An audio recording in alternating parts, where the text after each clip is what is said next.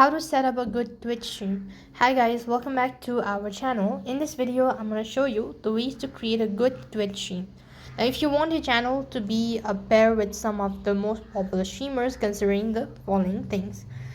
So first thing, what you can do is you can set up scene before the streams.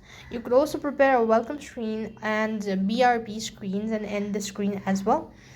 Next thing, what you want to do is you could start using overlays, and you could also add alert to your stream. So go ahead and customize your settings, all that.